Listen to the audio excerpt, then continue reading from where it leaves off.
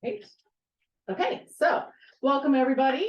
Thanks for joining us. I'm Andrea from Embark Center for Self-Directed Education. For those of you that are not currently affiliated with us, just so you have some background. And we are excited to be able to have several of our alumni here with us tonight so that, and I use here, meaning not necessarily physically, we have some folks here and some zooming in from various locations, and I'll have them introduce themselves to you. But we are a self-directed learning center that is we use democratic processes to run Embark. So Embark is run by all of our members. And so the folks here have had experience with that. And that they choose the paths that they're going to take while they're here. And then also that leads them into the paths that they're going to take in the rest of their lives. And we're excited to be able to hear a little bit about that. So I don't want to waste time talking about me, but I do want to introduce Katina. Hi, everybody. I'm one of the other staff here at Embark Center for Self-Directed Education. You'll see me in the back sort of monitoring email to see if there's any latecomers today. Thanks. All right, so we are going to have each of our alumni members introduce themselves, tell you a little bit about how they wound up here at Embark, and then a brief sort of timeline of since they've left Embark, what they have found themselves doing at various points, and then we'll open it up for questions. So I know, Megan, that you may have to bow out kind of early because you have other responsibility that you have to get to. So would you be willing to start? Sure, that's so much responsibility. I'm Megan. I always kind of feel like my story with Embark is very long-winded, so I'll try to keep it short and sweet. I ended up in Embark after many years of a Montessori education. So I had only ever had Montessori and only ever known Montessori. And I aged out of the school that I was attending, and public school was my next option. I tried it. It was not it, to keep it short. It was not great for me, and that became clear pretty quickly. And so I made the decision, and I say decision very loosely because it kind of just felt like everybody was telling me to do it because it was very clearly my next step. I just didn't see it. To attend Embark after meeting with Andrea and actually Kaya and my mom, and everybody kind of just being like, this seems like where you should end up. And I was like, well, okay. And all my cards, I didn't intend to stay there longer than just to like take a break from public school and kind of get myself together. And then a lot of things happened in between, but I ended up really just feeling like that was the place for me. And I stayed at Embark through what would have been my senior year of high school, which was in 2020, which kind of sucked. And then I went on to community college. I got my associate's degree, and then I transferred my associate's degree to Marymount University. And that's where I'm currently studying health sciences with a focus in pre-physical therapy. So that's kind of where I am now. And just to clarify, 2020, staying through 2020 didn't suck for being at Embark. It sucked because of COVID. No, it sucked because I couldn't stay at Embark longer. I felt so gypped that I couldn't. I was really upset that I missed out on the in-person part of Embark in 2020. So that was why 2020 was kind of sucky. I mean, for a lot of reasons, but yeah. Yeah. Oh, thanks, Megan. Yeah. So should we stick with the on-screen folks? And Becca, do you want to go next? And then we'll move to our in-person gig? Yeah. Sure. Hi everyone, my name is Becca. I found Embark about 4 years ago now, which feels crazy because I feel like it was a lot longer than that, out of a very long kind of spell of what would kind of be labeled as school avoidance, but coming from mental health issues that were stemming from being in public school. I had known nothing but public school for my entire life. I was a typical kind of former gifted kid, good grades, honor societies, all of those things, but really found myself unhappy and lost in the system and frustrated with, why are we learning this? Is this actually getting me somewhere? And just not feeling like I was valued in high school specifically, which is how I found Embark after multiple kind of depressive episodes that I was dealing with. And I made the decision to join because it was kind of my last option. People were telling me that I needed to go to inpatient, kind of outpatient therapies for school avoidance and things like that. which didn't feel right because I knew that I could function as a pretty happy person outside of school. But when I was at school, I was unhappy. But when I found myself at extracurriculars, like outside of school or with family or with friends, I was really okay. So I found Embark and I was like, this is the thing that I had been waiting for I don't even know how long. And I found it my junior year of high school, and made the decision to join, which was January of 2020. So I had a little bit of the COVID year and then moved on in 2021. I, after that, went to community college at Nova and was there for about 2 years. I did not get my associate's degree there, which I kind of regret personally now. But was there and decided to take it really slow just so I could kind of ease myself back into more traditional classes and get my confidence back up. From Nova, I was also working at the same time and then transferred my credits to Virginia Tech, where I'm currently studying now. And I transferred there this fall, studying sociology with minors in women and gender studies and teaching and learning in agriculture. So very happy with that. And then I've been keeping jobs at the same time as well. But Embark was a huge key point of how I was able to get where I am today. I was at a point where I was hopeless, and Embark was like the big change for me. Nice. Thanks, Becca. Want to go, Will? Sure. My name is Will. I joined Embark, I think, in 2017 after struggling with various mental health issues and kind of the similar to Becca, like a school avoidance thing and various intensive outpatient programs, and graduated in 2019 and moved on to just go pretty much straight into the workforce. I've worked various jobs. I drove a Zamboni for a while. I worked at Wegmans for a bit. I worked at a music shop. Currently, I'm the kitchen manager at a place called Jam and Java, which is a music venue in Vienna, Virginia. I also play music myself and am in a band.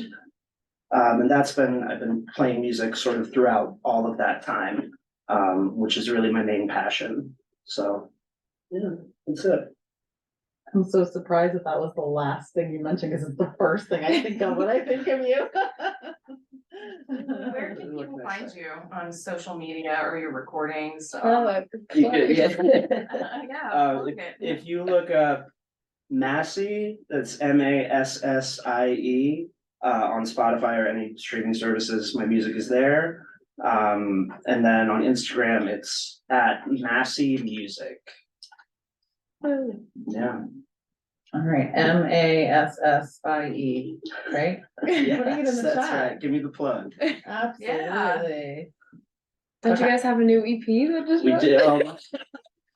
I was wanting to become your manager. Yeah. We did just drop an EP in I think September or October. It's called Grady Says Serotonin. It's like 5 songs. We're working on recording new music in February and just gigging around. Yeah, we have a show on February 17th at Union Stage in DC, Nice. and that's the end of my plug. Ad over. Ad break. Okay, I think I got it all. Did I write that right? That's correct. Okay, excellent, okay. And I highly recommend, because I've been to several of Will's shows and it's definitely worth it. All right, Kaya, how about you? Yeah, so my name's Kaya. I joined Embark, I guess around, it was 2017. I was kind of the same as Megan. I had been to Montessori school my whole life. I had been, Montessori school the whole time, and then I aged out and I did public school as well. Or I guess I left like in the middle of the year at Montessori, did public school for a little while. And I was perfectly happy there. I was kind of like, this is fine. It was definitely an adjustment from Montessori school. But it was fine. It wasn't anything amazing or horrible for me necessarily. And when my mom was starting Embark, I was kind of like, that's so crazy. I would never do that. And then actually had the opportunity to visit some other centers and actually decided to join and go forward with actually no pressure from my mom. But I did decide to join, and it was an adjustment. It was really hard for me to adjust to like no structure and that type of stuff. But I was there. I chose to do some Nova classes to kind of keep that going for myself, but was not it. And I just decided to work full time, and I'm still doing that. I work at Trader Joe's, and I love it there. So I've been there for around the same time, like 5 years. So that's kind of my deal. Yeah, in case you didn't catch it, Kai's my daughter. So yeah, and recently moved into management. So what's that like? It's interesting. I think I prefer not managing, but it's good. I just like Trader Joe's in general. But yeah, I prefer not managing. Yeah. So I wonder if before we open it up to questions, if any of you are willing to talk a little bit about how you feel like the transition was from Embark into the rest of your life. And what, now that you can reflect back on that, what your thoughts are about that. So we don't have to go in any order. If anybody just wants to shout out or speak up, that would work. Or we could go in order, if that's easier. I can go. Go, I'll go. got it. Speak. Yeah, I think Embark really kind of gave me a lot more preparation for the rest of my life than I thought it would. Because it's a very, self-directed education. It's like in the name, like you have to. Oh, we named it right. Yeah, Yay. right. You really have to kind of propel yourself to do the things that you want to do and get to the places that you want to go. I think also something that helped me personally was like being able to, I remember I would like leave here at 3:00 and then go work a shift at Wegmans. And so like getting used to working and having to deal with that every day, and like bosses and coworkers you hate, stuff like that. I think for me personally, also Embark allowed me a lot of room to kind of grow in my music and playing and recording and like hosting shows, which I did more than a few times in the sort of basement area here. So yeah, it was definitely a difficult transition, I think, from public school to here, because that lack of structure is just very jarring. But I think in the long run, it actually provided me with a lot of the skills I needed to sort of be my own independent adult. Anybody else want to weigh in on that? You can go. I think for me, it was a lot of confidence building, and being able to be confident in what I wanted to do outside of school and outside of academic validation, but also just in like my day-to-day life. I think letting go of that structure for me was really tricky and difficult, because I am a person that likes to have everything planned out and know what's going on and have everything like in line. So going from public school to Embark, where things are like, okay, you can figure it out yourself. What do you want your day to look like, was tricky for me. But it kind of forced me out of my comfort zone to be able to figure out, okay, what do I actually want to be doing today? And like Will was mentioning, like being able to work during the day was really helpful for me. And then also just come back to myself and realize like, okay, what do I actually want to do? Which COVID definitely had a part in that too, because I couldn't be at Embark, but Embark kind of started that for me. I felt like I was living somebody else's life when I was in public school. And then once I got to Embark, it was overwhelming for me to figure out, okay, what do I want to be doing? But I think that period of growth really helped me in the long run of being able to move to a 4-year university and figure things out myself. That made that transition a lot easier. And even just at Nova, being able to plan my day and not feel super overwhelmed, because I'd been doing it for a while at that point.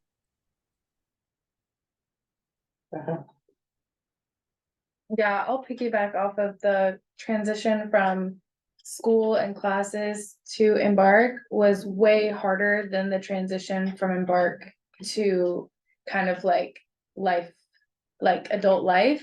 I think that was like the hardest transition I've ever gone through. Just because of the lack of structure, and it's really just like the like mentors and stuff at Embark, they're not gonna sit there and like make you do the stuff, even if it's something that you like said you wanted to do. Like if you're not gonna start that and do that, they're not gonna be like, hey, time to do this. Like you have to find that drive yourself. Which eventually comes. It's just like that's like the hardest transition versus the transition out of Embark, I feel like. That is a skill that I'm so grateful to have learned through Embark. Like, no, I don't want to call it a skill, but it was terrible figuring that out, like how to just do what you want to do. And like it was painful. Like I was like distraught for good parts of it because I'm the same exact way. Like I need to have a schedule and what to do and when to do it and where to go. It's so much easier. Well, now it's not, but having that skill now, like being in college, just being in the real world, not like the real world, but like being out as an adult person, like knowing how to just, I'm still like not great at it, but knowing how to figure out what I want to be doing. I'm so grateful that I learned that at Embark with like a little bit of padding where I could go to like Andrea or Katina and be like, ah, and they'd be like, it's fine. And then I would figure it out in like a week. Like I'm just really grateful for that. Okay. We do have some, a question already in the chat, so I'm gonna go ahead and pose that. And then we have some other things we can piggyback on. And yes, I see you, Bodie. Hi. So from Catherine, what were the biggest challenges and benefits from transitioning, I guess, from Montessori? And for the challenges, how did you help overcome them? So not everyone here transitioned out of Montessori, some transitioned out of public school. So let's start with the Montessori folks first, and then maybe the rest of you can talk about it specifically what the challenges were out of transitioning out of public school.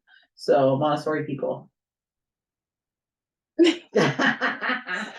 Okay, so yeah, I transitioned out of Montessori school. My transition was a bit weird because I actually left the Montessori school before aging out of it, like a couple months before aging out of it. And my only real other option at the time was public school. So the transition from Montessori school to public school was, I think, way harder than a transition from Montessori directly to Embark would have been. Just because the transition from like Montessori to public school was, yeah, very jarring. I was not used at all to not being able to like talk as an equal with teachers and just like adults and other things like that. It was very kind of this like you literally don't talk to the teachers about like anything except for like a question in class. And like the friend group, there was so many people as opposed to Montessori where there was like 18 of us the whole time I was there out of all the age groups. So that was probably the hardest transition. Like when I think about it now, at the time I kind of just like was rushed into it. I didn't really have time to think about what was really going on. I just like 1 week was at Montessori and the next week was there and I was like, okay, this is what it is. But it was very structured. So I didn't have a lot that I had to like kind of deal with myself. The transition from public school to Embark, like I said before, just switching kind of the mentality of like, I don't have this to this time and this to this time. And for a really long time, I think it was hard for me in the sense that I just chose to not do anything because I had that option. And so for a good couple months, maybe even like, yeah, I think a good couple months or like most of that first year was like, yeah, I would sit there and go to like the cool, like crazy crimes class or whatever, but I wasn't really choosing a lot of the like traditional academic classes, just because I didn't have to choose those things. But I guess how did I overcome those? I don't know. I just eventually like kind of happened, I guess. And I found that if I wanted structure, I could give it to myself. And I ended up choosing like to do that with the Nova classes. But there was like other ways you can, if that the structure is what you're missing, there's other ways kind of that you can work through that, I guess. So Becca and will you talk a little bit about specific issues from transitioning and what those challenges were and how you specifically feel like you overcame them? Yeah, I can go first.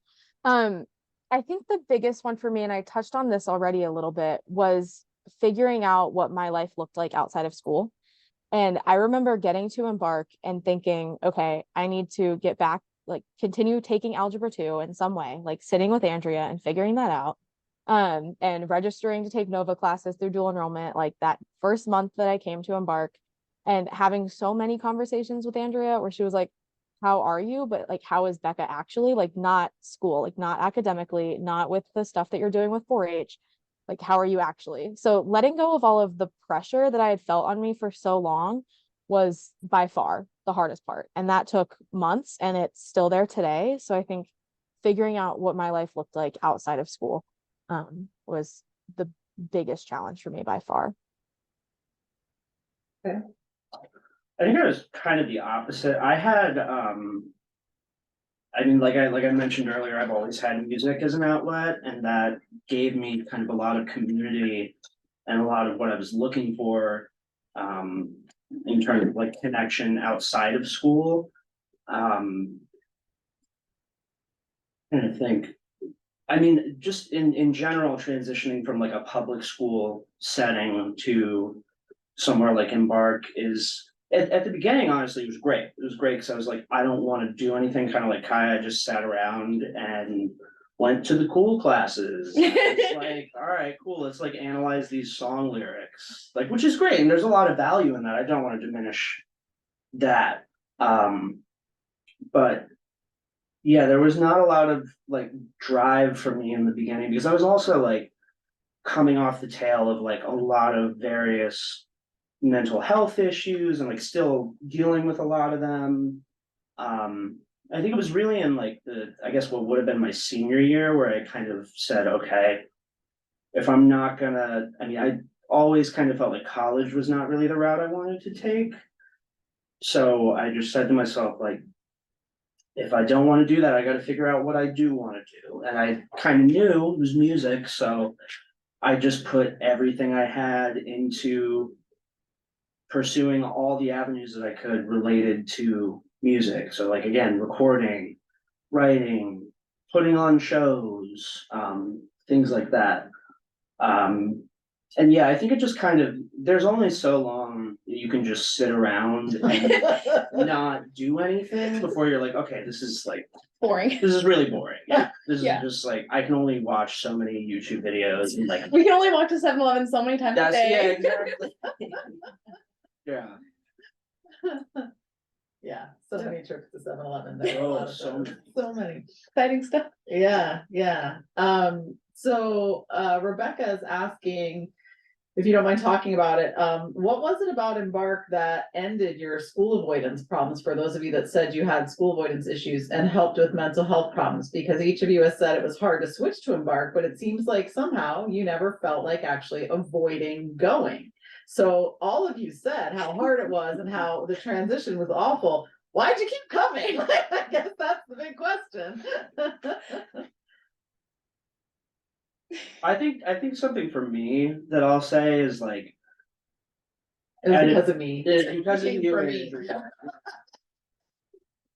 I mean, but partly, you know, I mean, it's when you have, when you're in like I'll just speak for public school in particular, when you're in a public school setting, you don't, like, if you don't go to public school, you will get a truancy officer. Just cut and dry, like that's it. With Embark, you make the choice to come every day. So feeling that kind of autonomy really helped me, I think.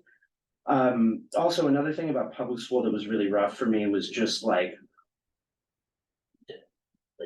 again, the structure and not, but like the structure, you can't like get up when you need to, you can't go to the bathroom, you can't have a snack in the middle of class. I think also like class sizes now, especially in Loudoun County and probably Fairfax and the surrounding areas too, are like massive. And it can be really difficult to be in a room with that many people trying to learn and also, you know, Trying to breathe. like there's so many social situations that made it very uncomfortable for me, like thinking about like, oh, I don't know anyone in this class, like feeling very alone. Isn't it amazing how you can feel alone with thousands of people around you? It is crazy. Yeah. I think it's very universal though. Yeah. But yeah, and I had the support from my family too, like I was going to a therapist, and I had the time to do that. And take care of me, so.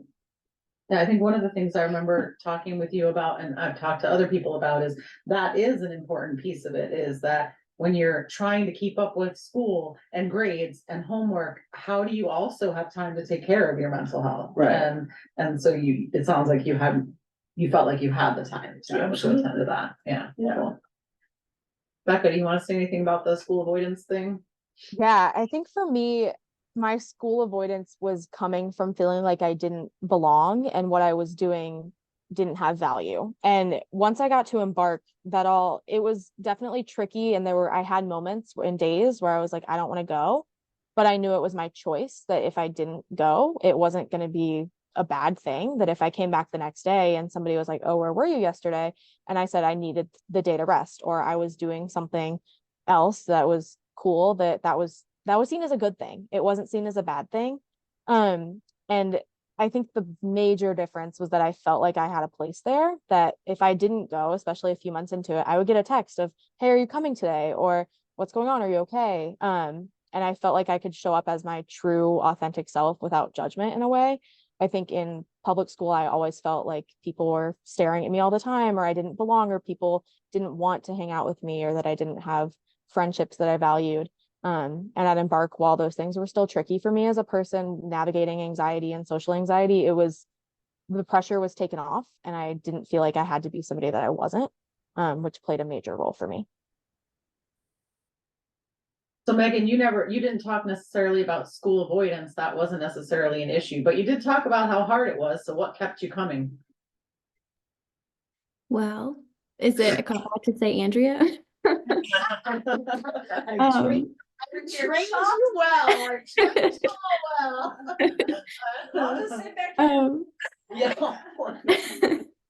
I think a big part of it was like the community of it. So like coming from Montessori to public school, like Kaya said, is incredibly jarring. You think you know what to expect, but you don't. I grew up in really small communities because I kind of think Montessori typically lends itself to smaller communities of people. And so public school is jarring for me because it was so much and so overwhelming. And I found a lot of comfort in the small community in Embark. And I also had 3 of my best friends from Montessori going through that with me. And so having community and like-minded people, and I would be like, this is really hard. And like Kaya would be like, yeah, it is. Or like, I don't know, if somebody was like, we could talk about it, like, whereas public school is really difficult. And if you go to somebody and you're like, this sucks, they're like, I'm happy, I'm whatever. Like, I think the sense of community kept me there. I think my story is also a little bit tricky because I was using Embark for a little bit as a like planning to get myself back into public school because that's what I thought I should do. So that was kind of my motivation, that like, oh, I'll go to Embark and I'll work on this like big life plan that I have, and then everything will fall into place and everything will be fine. And then I get to Embark and be super stressed about it. And like, I don't know, that it obviously didn't end up working out, but for the better. But yeah, like the community of it, and just you can ask for help and support, and you have it readily available.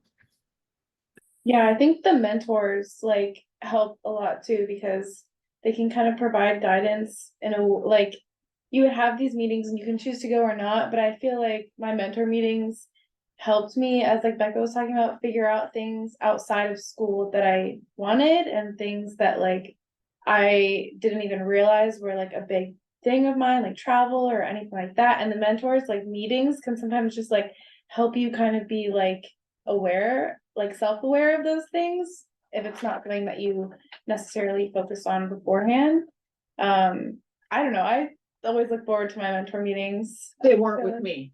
They were not. I still ask for mentor meetings. I've texted Andrea and Katina at least 5 times since I've been Since I transferred schools being like, help, or I called Katina my first day of school. I was like, I can't do this. She was like, I had like a little mini. I was like, my roommate's crazy. She was like, all right, let's talk about it. Like, you have mentor meetings for the rest of your life, and I love that. And that is so real because I have also done the same thing, like calling Andrea, being like, I don't know if I actually need to take this class. And she's like, just drop it. Just having somebody to, like listen, somebody that will like provide the reassurance for you, like was huge for me and still is. Cool. Any other thoughts? Ditto, dude. We just got dinner the other I day. know, that's right, yeah, that's right. I stop by like once every 6 months, Yeah. have my mentor meeting. Okay, Kathy wants to know, how does a student earn their diploma if their studies are all self-directed? Okay, we could give you the here's the answer that we tell all the people during their their interviews at Embark, but I would rather hear from you guys what your perception is of your diploma. What do you think of your diploma? I also want to know how much you use your diploma. Yes, good question. My diploma is a piece of printer paper. Actually, I was trying to go to Nova, and they wanted me to jump through a lot of hoops because of my age. I was not 16. I guess I was 15 in a couple months, and they were like, "You're not 16, so we can't accept you." And as a dual enrollment student, I don't even remember all the things they were saying. I don't think they even knew what they were trying to say. They were making it up a little bit, yeah. Yeah, they were like, well, if you're gonna be dual enrolled, you can take this test, and then we can accept you from that. But if you're not gonna be dual enrolled, you have to be at least 16, and it was like this whole thing. So they were like, or just bring us a copy of your diploma. And so we brought them a piece of paper that looked like a diploma, and they were like, cool, great, stamped it, and that was pretty much that. And that was the only time I've ever had to show anybody my diploma. And they took it, and it was no questions asked. I think anytime someone's asked for my diploma, I've made a new one. I've never used the same one twice, which maybe is terrible, but it's kind of funny to me. I think that's hilarious. And mine's similar. I was in a similar situation to Kaya where I was ready to start taking classes at community college and decided I was like, I'm gonna graduate, and graduated myself, meaning that my parents made a Word document and wrote the words Berkeley School of Hard Knocks on it and hit print. And that got sent to community college, and they're like, cool, we're good. And then applying to transfer to four-year university, they didn't even ask if they didn't want a copy of it. They just wanted to say, okay, you graduated. And I was like, yeah, I graduated. Cool, moving on. So I've only ever used it once. And I don't really know where it is, but that's okay with me. I have a copy. Call me if you need it. Thank you. Love you. I also do not know where my diploma is. We also have that. I'm glad. The only time I've ever thought I might have to use it is in applying for a new job. But I've been very lucky in that I've gotten kind of Nepo hired through friends and people I've known. That's not lucky, Will. That's the way the real world works. Yeah. It's through my That is networking true. skills that I learned at Embark that I've gotten all these jobs. So I've never had to use a diploma. So if anybody else wants to drive a Zamboni, we're your people. I don't want to drive a Zamboni. I kind of do. It's kind of fun. It's kind of We fun. have on churches too. Yeah. Yeah. It's fun until it gets stuck in the middle of the ice. Yeah, no, don't do that. That's not fun. Megan, I want you to tell your story about your SATs at Georgetown. I want you to tell that story. That was a big fight. It makes me mad, but I want you to tell it. Yeah. So I applied in my cycle of transferring. I applied to Georgetown University, and I originally wasn't going to because because they had an SAT ACT requirement, and I didn't take it because I didn't need it. But they had a COVID. I'm apologizing in advance. My dog is probably going to scream in a second because my family just left. So bear with me for that. Anyway, they had a COVID waiver form that you could fill out and say, oh, I couldn't take it because of COVID. And I was like, well, I'm just going to fill out the COVID waiver form. I filled it out and then I wrote them a very strongly worded email because I also learned that you couldn't submit your application without your SAT, like they wouldn't even look at it unless you did the COVID waiver. I was like, this is the stupidest thing. So I said, dear Georgetown, la la la la la, and I sat down and I wrote this very strongly but very nice email with Katina and Andrea where I said, this is really silly. You're leaving out like a whole genre of student by having this requirement. And they responded and they said, okay, we waived it. I said, okay, cool. And it was like, it was that easy for me, but because I don't know that they'd ever been challenged on it before. I also through that little kerfuffle learned that they're not very homeschool or non-traditional student friendly at all, and it's actually disgusting. So if you're considering transferring to Georgetown or just applying, talk to me because I fought them and I fought them hard and I won. And you got in. I got in. I didn't go, but I got in. So that was a big win for me. Yeah, big one. Yeah. Anyone else have any questions that haven't been put in the chat? Do you think it would be helpful just to clarify how people actually, I mean, we heard all of your great stories about your diplomas, Yes, but yes. we use homeschooling as our method to have Embark Center. So therefore, people follow the state of Virginia's laws with homeschooling. And in our state, when you are ready, you can get a diploma. When your family feels you're ready. You get a homeschool diploma. It's not an accredited diploma like a high school, but it is, there are plenty of private schools that also don't have accredited diplomas. So we haven't run into any situations here that have really been an issue with people using unaccredited homeschool diplomas. Yeah, and I think what Katina's talking about, when she talks about accredited, means it doesn't have a state of Virginia stamp on it, as many of the private schools don't. So if these folks had decided to continue in Montessori, unless it would happen to be one of the few Montessori schools that are actually accredited Montessori schools, which most of them are not, their diplomas would not have been accredited either. They would have just been from the private schools. So they're all looked at in the same way. So many people come here expecting that they're going to be getting a GED because they left school. And we tell people all the time, do not get a GED unless you find one of those rare unicorn situations where your homeschool diploma isn't recognized. And even then, push back on that, because just like Megan experienced with the SAT, oftentimes it's just a lack of knowledge on their part, and you are able to push back on that and find, and help them figure out how you can make something happen. And so you might wonder, what is this diploma really, what does it mean? Well, we also, and actually we started doing this after most of you guys graduated. So I think I've done it with some of you, but now we regularly make a practice out of helping members have an actual transcript, so that if 5 years from now, somebody is like, oh, I decided that I want to apply to wherever, and they want to see my high school transcript, you don't have to go back, call us for a mentor meeting, and we're all now relying on our memory of recreating your entire high school experience. We help create that transcript all along the way, unless of course somebody absolutely outright refuses, and then we were like, okay, then you don't have to have it, but we haven't had that happen so far. So I so had yeah, so much fun making my transcript for applying to college because it was like, oh, I went to an art museum, I did art history. Like it was so much fun to like come up with all these silly little classes that I did, but they were completely valid. Like we did the things, we just didn't do it in the way that they thought we did the things.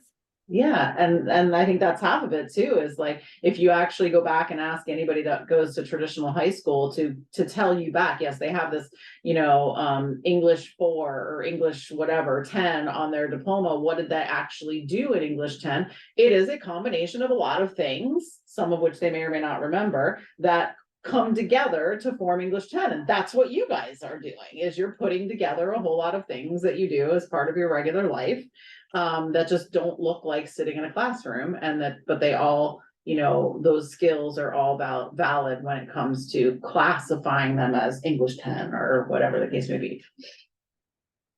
All right, any other questions? Is there anybody that has anything that they're wondering about. You can feel free to unmute yourself. There's not too many people to do that.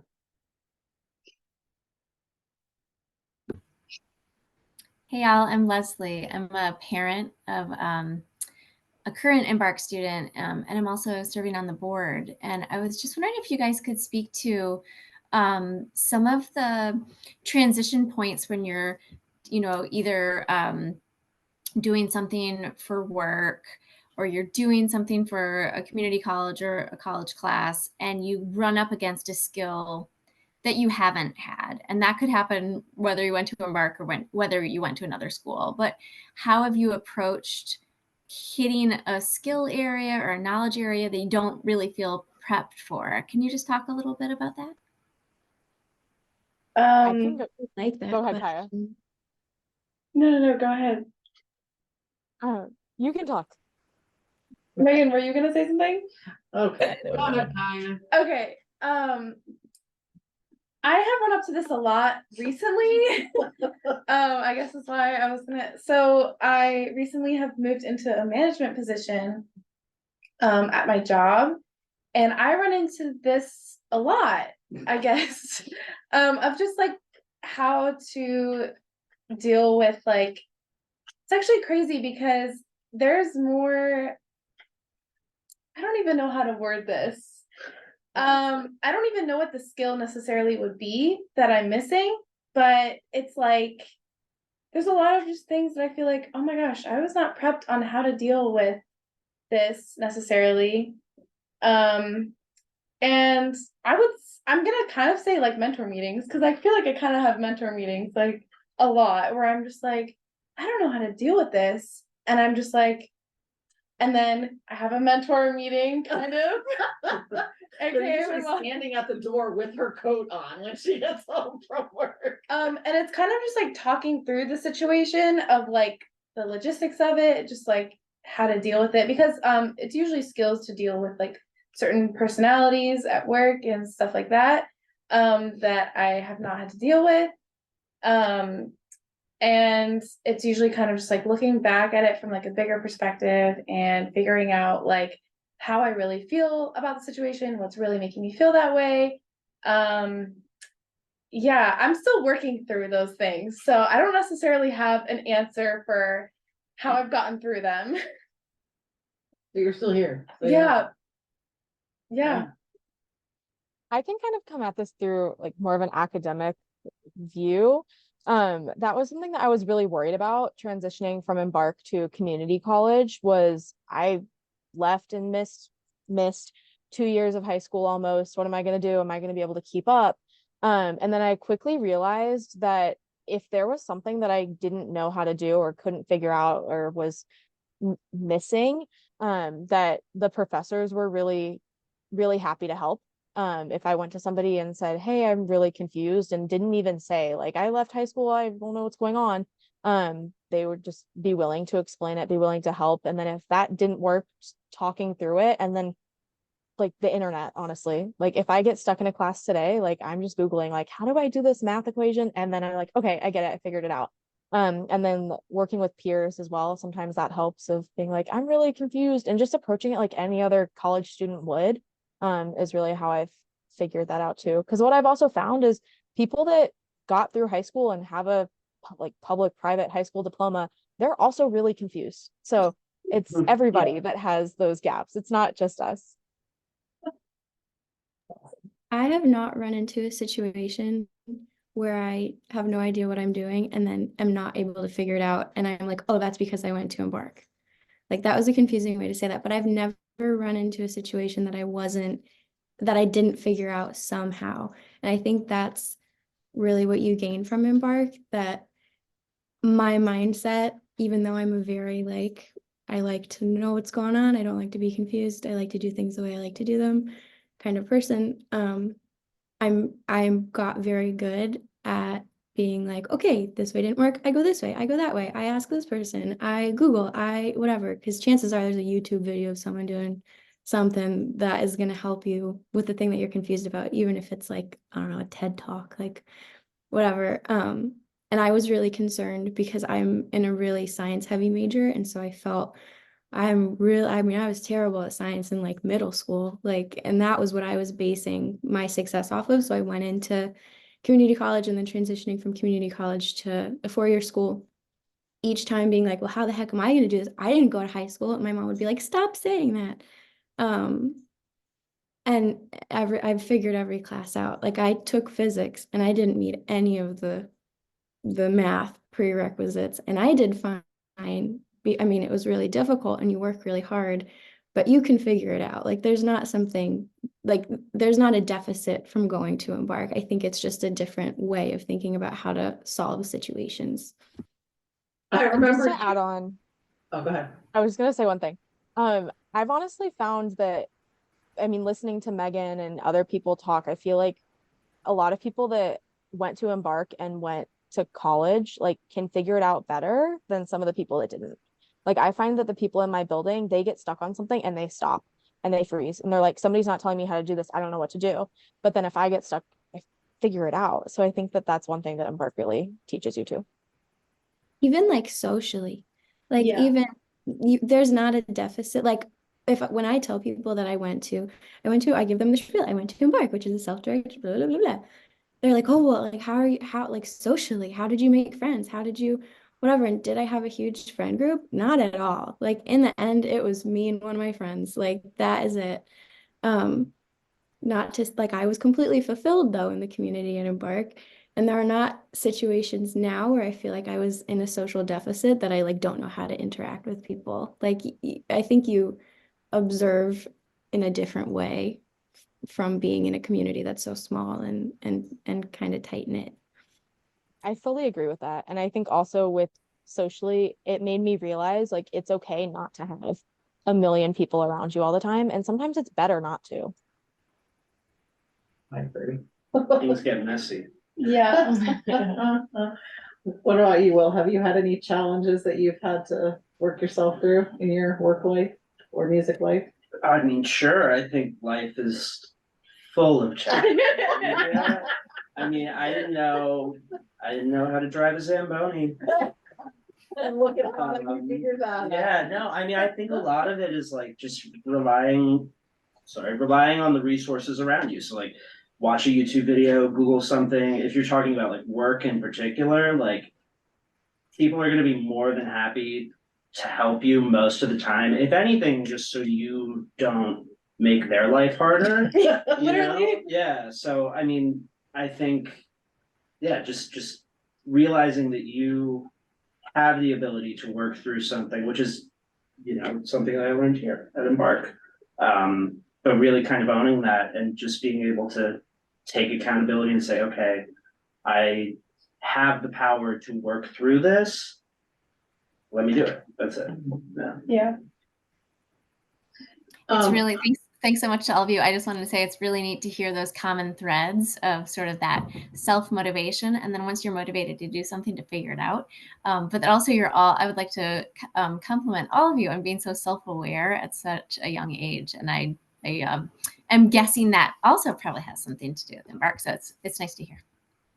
Well, I definitely think it happens to also have something to do with the individuals themselves, because I knew all of them before Embark. Well, you write minutes before Embark, Yeah. but and Becca too, but you all tended to be pretty self-aware. One question I wonder if you guys can get to, since there's not another one in here, is when you all arrived at Embark, I don't know all of you, but maybe all of you came very specifically with thinking you had a plan. I know where I'm going to be in 5 years. Yes, Becca, I'm looking at you. I'm aware. I know exactly what this is. I've planned it all out, and this is exactly what it's going to look like. And I'd love to hear if you came with a plan and you want to share it, that's fine too, but you don't have to share it. Where are you in terms of where you thought you would be? Since Andrea called me out, I can go first. Yes, because she you're is fun with this, because I love all the time going, yes. Hold on. Yeah. So as Andrea kind of alluded to, I did come into Embark with a plan of I'm going to go to college, which I did, and I'm doing, but I did that in a way that was very different than what I had imagined. I came into Embark thinking that I had to do what I was told to do always, of which was get to college in a certain amount of time and graduate in a certain amount of years, and stick to what I knew, what I thought I really liked. So for me, that was majors was a big question, but then also the timing of it. I think the same month that I joined Embark, I remember looking at four-year universities to try to even go early, because I thought that that was the best thing that I could do for myself, which ended up being not that at all. While being at Embark, I realized that there were other things that I wanted to explore, which I rejected. I was like, this is cool, but that's not for me. I'm not doing that.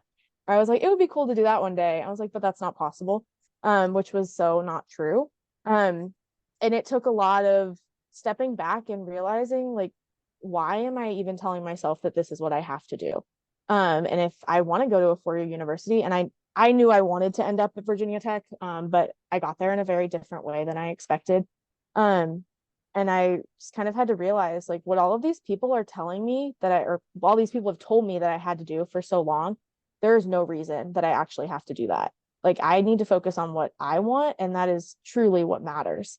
And it took a long time, and I ask myself that every day. And I laughed because I was at Embark in December visiting, and one of the members just looked at me and asked, why are you in college? And I was like, that's a great question. And I ask myself that every day. But realizing, like, taking the time to ask those questions for myself and figure it out. And I feel like I've said this a lot, but let go of the external pressure and the pressure that I was putting on myself.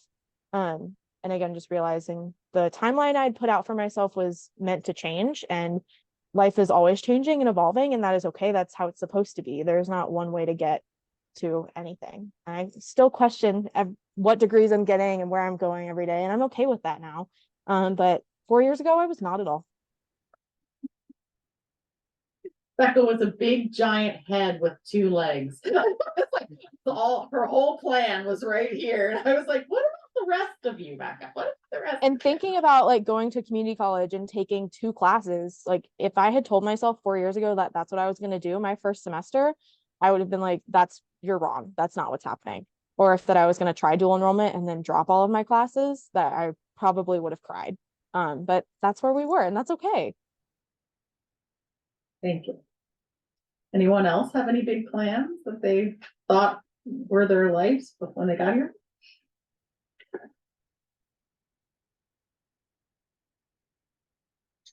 I thought I was gonna do music, and I've pretty much done that, I Yeah. think. I think it's like kind of a blessing and a curse to, like, know, like, where you want to go and, like, what you want to do, especially when it's like something that's seemingly so unattainable, like working in the entertainment industry. Because it's like you have a very clear, like, you're like, I just want to do this. I need to eat. Yeah, how do I make money? How do I do all of these things that I need to do to live? And again, like, kind of what I learned from Embark, so much of it is just like networking. And it definitely has not gone exactly how I thought it was going to go.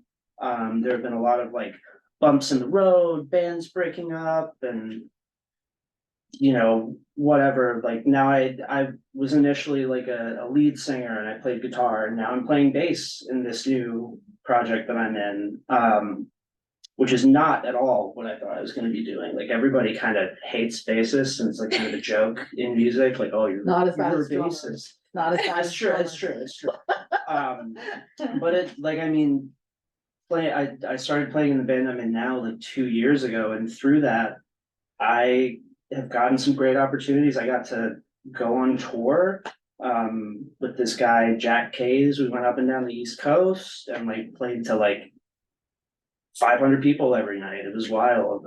Through starting to work at Jam and Java, I got to go on tour with this random folk artist who you've never heard of named Aoife Donovan. And I had sold merch for her, and we were in a bus, and we were out for like 2 weeks. So there's, like, I've gotten to do a lot of really cool things, and I'm very lucky, but I took a very non-linear path, because what I want to do, the end goal is, like, so far off and you have to take so many different avenues and try so many different things to get there. I think that's true of a lot of things, you know, a lot of paths that you want to take. Yeah.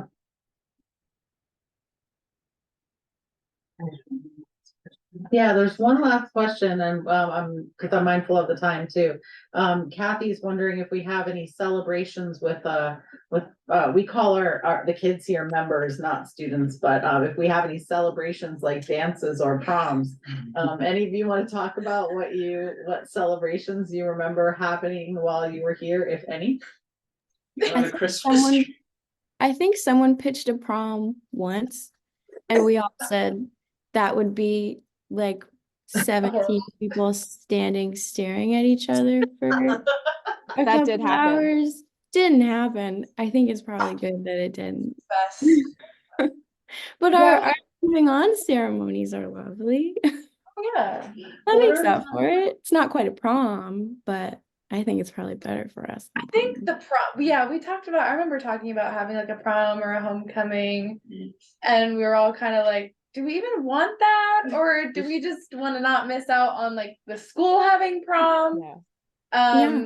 And I think everyone, or majority at least, came to the conclusion it was just like a FOMO thing. And that we didn't actually want to participate in a prom. I feel like most of the time prom's not normally participated in anyway. People kind of dress up and then don't go anyway.